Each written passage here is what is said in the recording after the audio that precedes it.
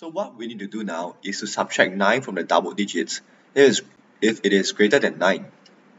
And also, since we want to sum up all the digits, we gotta the digits that are not the second digits will have to be summed up in otherwise to the total. So we have to add back. We've got to add back those numbers that wasn't like appended to the double list. So what we can do is, since this checks whether it's a second digit, the else, we can use else. No, it's not else. If else total plus equals to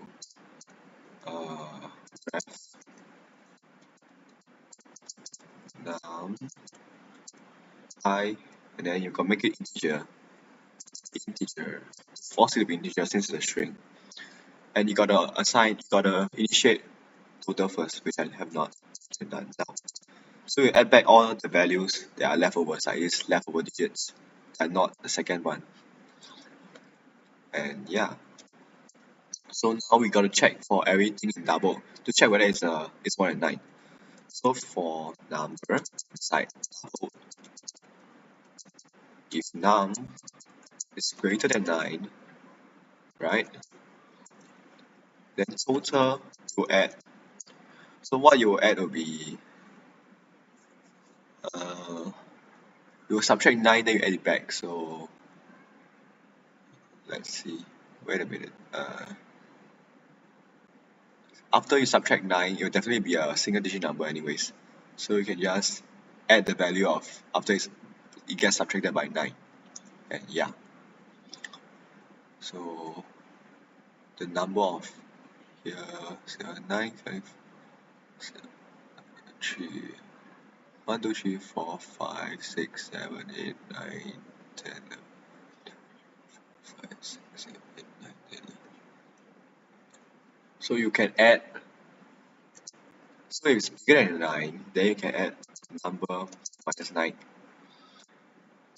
And else total plus equals num. Since if it's smaller than 9, you can just add the num as it is. So let's explain the code. Let's add some comments here. Through this to find digits nums that are more than 9. Since it is bigger than 9,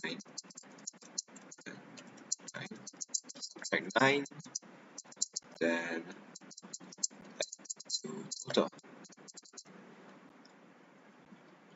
And then since it is smaller than 9, just add it in. This way, the total will now have the correct digit. And yeah, so that's about it. That's the gist of how you can do it. So let's test it out now. So what we have to do, the last thing we're going to do is to do the modulus. So you're going to check whether the modulus of the sum modulo will be equal to, sum modulo 10 will be equal to 0. So what you can do is you can do this. You return total mod is represented by a percentage sign in Python. Yeah. So you're going to check whether this is 0. This is a checksum. So if we return 0, then the result is valid. So let's do a check and see whether our code is correct. And ta-da, you get 0, which is what we wanted. Which is what we want, basically. And yeah, that's about it. So we can add in another function to check for it. We can add in another function to make it such that you return true and so on. So since checksum is 0, then we can do like, we can just add in like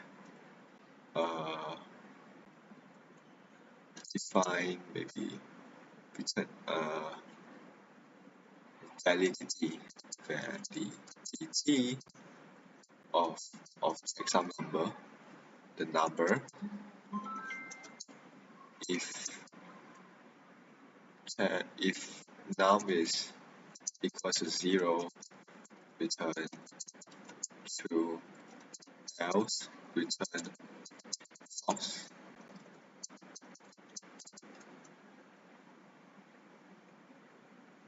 So you can see the validity of the number by doing this validity checksum.